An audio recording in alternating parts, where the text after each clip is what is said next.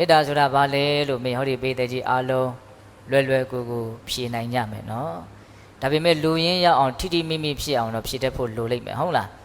မေတ္တာကိုချစ်ချင်းလို့ဘာသာပြန်ကြတယ်ဒါကတော်တော်ကိုမထိရောက်ဘူးမပြည့်စုံဘူးလို့ဆိုရလိမ့်မယ်ဟုတ်လာ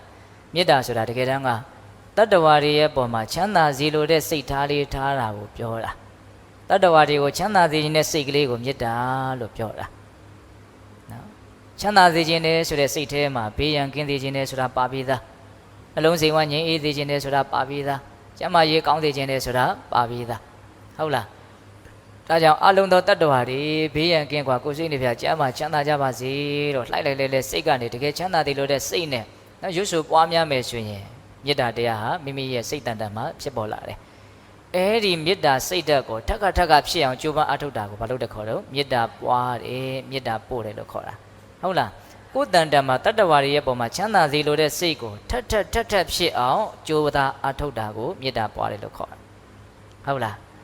းအဲ့ဒီမေတ္တာတရားကဘလောက်တောင်တန်ဖိုးကြီးလဲဆိုလို့ရှိရင်ဒီဒေသနာမှာမြတ်စွာဘုရားကဂန္ဓောဟနမတ္တံပိမေတ္တာစိတ်တံပါဝေရတယ်ဂန္ဓောဟနမတ္တံပိနန္တာတရှုတရှိုက်ခန့်ကာလမြမေတ္တာစိတ်တံမေတ္တာစိတ်ကိုဘာဝေရဖြစ်စေညာအံဣဒံတတော်မဟာဖလံအဲ့ဒါဟာ၅ပါးသီလကိုဖြူရှင်တန်ရှင်းအောင်စောင့်တည်ကျင့်သုံးထားတဲ့ကုသိုလ်ကောင်းမှုထက်သာလွန်တဲ့ကောင်းမှုဖြစ်တယ်အကျိုးပေးကြီးကျယ်မြတ်မြတ်တဲ့ကောင်းမှုဖြစ်တယ်လို့အဲ့လိုဟောနန္တာတရှုတရှိုက်ခန့်ကာလတဲ့ဘလောက်ကြာတော့လောက်မှမကြာဘူးနော်မှုလိုက်တာဆိုရှူလိုက်တယ်ပြီးသွားပြီအဲ့ဒီလောက်အချိန်တိုလေးတွင်းမှာဖြစ်တဲ့မေတ္တာကဘုရားမှုရှိတဲ့ယဟန်တန်ကိုအကြောင်းကြီးဆောက်ပြီးတော့လှူလို့တန်းလို့ဖြစ်တဲ့ကုသိုလ်ကောင်းမှုရဲ့အထက်မှာ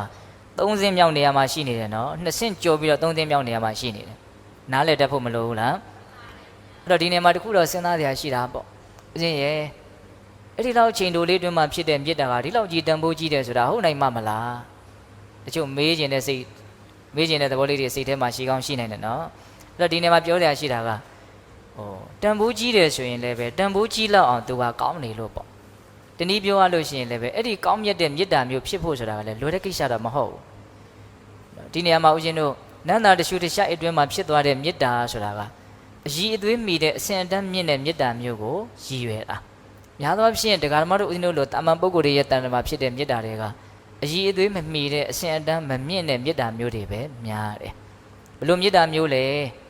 မညာမတာပြောရမယ်ဆိုရင်လေ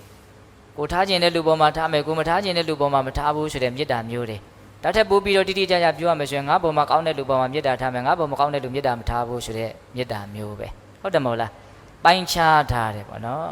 လူရင်းလူစိမ်းပိုင်းခြားထားတယ်ချစ်သူမုန်းသူပိုင်းခြားထားတယ်ငါလူသူ့လူပိုင်းခြားထားတယ်အလုံးရဲ့ပေါ်မှာဒန်းတူညီမျှမေတ္တာကိုမထားနိုင်ဘူးဟုတ်လားပို့ကြည့်လေမေတ္တာဘလောက်ခက်လဲဆိုတာအည်သွေးမိတဲ့မေတ္တာဘလောက်ခက်မေတ္တာမျိုးဖြစ်ဖို့ဘလောက်ခက်လဲဆိုတာကိုသိနိုင်တယ်နော်တာမန်ပဲစိတ်ကပို့နေလိုက်တယ်။အလုံးချမ်းသာကြပါစေ။ချောရှူရှူသွားနေတဲ့မေတ္တာလေးကကိုမုန်းတဲ့လူရဲ့ရှေ့လေရောက်ကိုမတည့်တဲ့လူရဲ့ရှေ့လေရောက်မေတ္တာကရှေ့ဆက်မသွားတော့ဘူး။ဟုတ်တယ်မို့လား။နော်စိတ်ထဲမှာအဖုထစ်တွေဖြစ်ကုန်ပြီ။အမုန်းတွေကနေရာယူလာပြီ။စိတ်ထဲမှာမကြည်မသာဖြစ်လာပြီ။မေတ္တာပို့ရင်းနဲ့တော့အကုသိုလ်ဖြစ်နေတာရှိနိုင်တယ်။ဟုတ်လား။အဲ့လိုမျိုးမေတ္တာမျိုးကိုအည်သွေးမိတဲ့မေတ္တာလို့ဆိုနိုင်မလား။မဆိုနိုင်ဘူး။ဒါကြောင့်ဦးဇင်းတို့ပါရမီ10ပါးဟောထားတာထဲမှာတချို့နာယူဘူးလိမ့်မယ်နော်။ဘုရားလောင်းသူမိတာရှင်ရဲ့တိမေတ္တာနဲ့ပတ်သက်ပြီးတော့စဉ်းစားဆင်ခြင်ပုံလေးယထာပိဥဒကနာမကလျာဏီပါပကိစနေတမံဖရတိတိတေနပဝါဟိတိရဇောမလံယထာပိဥဒကနာမရေဆိုတာတဲ့ရေရဲ့တဘာဝကလျာဏီပါပကိစနေကောင်းတဲ့လူရဲ့ပုံမှာပဲဖြစ်ဖြစ်ဆိုးတဲ့လူရဲ့ပုံမှာပဲဖြစ်ဖြစ်ရေဟာမျက်နှာလိုက်တယ်လို့မရှိဘူးတမံဖရတိတိတေနတဲ့ချိုးလိုက်မယ်ဆိုရင်တော့တူညီစွာအေးချမ်းစေလိမ့်မယ်ပဝါဟိတိရဇောမလံဆေးကြောမယ်ဆိုရင်တော့အညစ်အကြေးကိုတူညီစွာတန်ရှင်းစေလိမ့်မယ်ဒီမှာမျက်နှာလိုက်တဲ့သဘောနည်းနည်းမှမရှိဘူးသူတော်ကောင်းပဲတောက်သူယုံမှာပဲတောက်အစားကတော့အတူတူပြေကြမှာပဲဟုတ်လားအဲ့ဒါလိုပဲတဲ့ကိုယ့်ရဲ့အပေါ်မှာအကျိုးလိုလားတဲ့ပုံကိုယ်ရဲ့အပေါ်မှာပဲဖြစ်ဖြစ်ကိုယ့်အပေါ်မှာအကျိုးမလိုလားကြတဲ့ပုံကိုယ်ရဲ့အပေါ်မှာပဲဖြစ်ဖြစ်မေတ္တာတရားကိုညီမျှစွာထားနိုင်ရမယ်အဲ့လိုကျင့်သုံးမယ်ဆိုရင်သင်ဟာတပ္ပယုဒဉာဏ်ကိုရလို့ဘုရားရှင်စေဧကံဖြစ်လိမ့်မယ်လို့သူ့ကိုယ်သူဆုံးမတာရှိတယ်ဟုတ်လားဒါကြောင့်အည်သွေးမိတဲ့မေတ္တာအစဉ်တန်းမြင့်တဲ့မေတ္တာဆိုတာဘယ်လိုမေတ္တာမျိုးလဲလို့မေးရင်ရေနဲ့တူတဲ့မေတ္တာမျိုးပေါ့လွယ်ပါမလားစိတ်ထဲမှာဖြစ်ဖို့မလွယ်ဘူးနော်ဘက်လိုက်တဲ့မေတ္တာမျိုးတွေပဲအဖြစ်များမှာဟုတ်လားမုန်းတဲ့လူတွေမတည့်တဲ့လူတွေကိုနဲ့သဘောထားမတိုက်ဆိုင်တဲ့လူတွေကိုစိတ်တိုင်းမကြတဲ့လူတွေရဲ့ပုံမှာကျတော့မေတ္တာကဖြစ်ဖို့အလုံးကိုခက်တာကိုတွေ့ရတယ်ဒါက အချင်းယူပြီးတော့တရားတရားထက်ထက်တန်တန်လုံလဝရိယကြီးကြီးမားမားနဲ့လက်ကျင့်မှုကြိုးစားအထောက်မှုရှိမှအစဉ်အတန်းမှီတဲ့အည်သွေးမြင့်တဲ့မေတ္တာဆိုတာဖြစ်တာအများစုကတော့လွယ်လားမလွယ်လားဆိုတာကိုမသိပါဘူးဘာလို့ဆိုမေတ္တာကိုလုံးမလုံးမကြည့်ပဲပေါ့ဟုတ်လားမေတ္တာပို့လဲတချို့ဝိကြည်တန်းကြီးပဲတန်ပေါက်ရွတ်တယ်လို့ရွတ်သွားတာစိတ်ကတောင်းရောက်မြောက်ရောက်နေဟုတ်လားတချို့ဆိုလို့ရှိရင်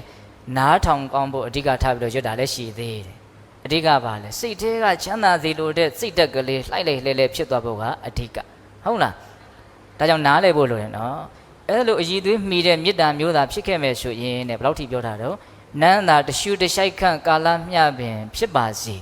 ဒီမေတ္တာဟာဘုရားမှုရှိတဲ့ယဟန်တန်ကိုကြောင်းဆောက်လှူရတဲ့ကုသိုလ်ကောင်းမှုရဲ့အထက်မှာနော်သုံးစင်းမြောက်မြင့်မားတဲ့နေရာမှာရှိနေတဲ့ကောင်းမှုမျိုးဖြစ်နေတယ်အာကိုတိုက်တယ်ပေါ့နော်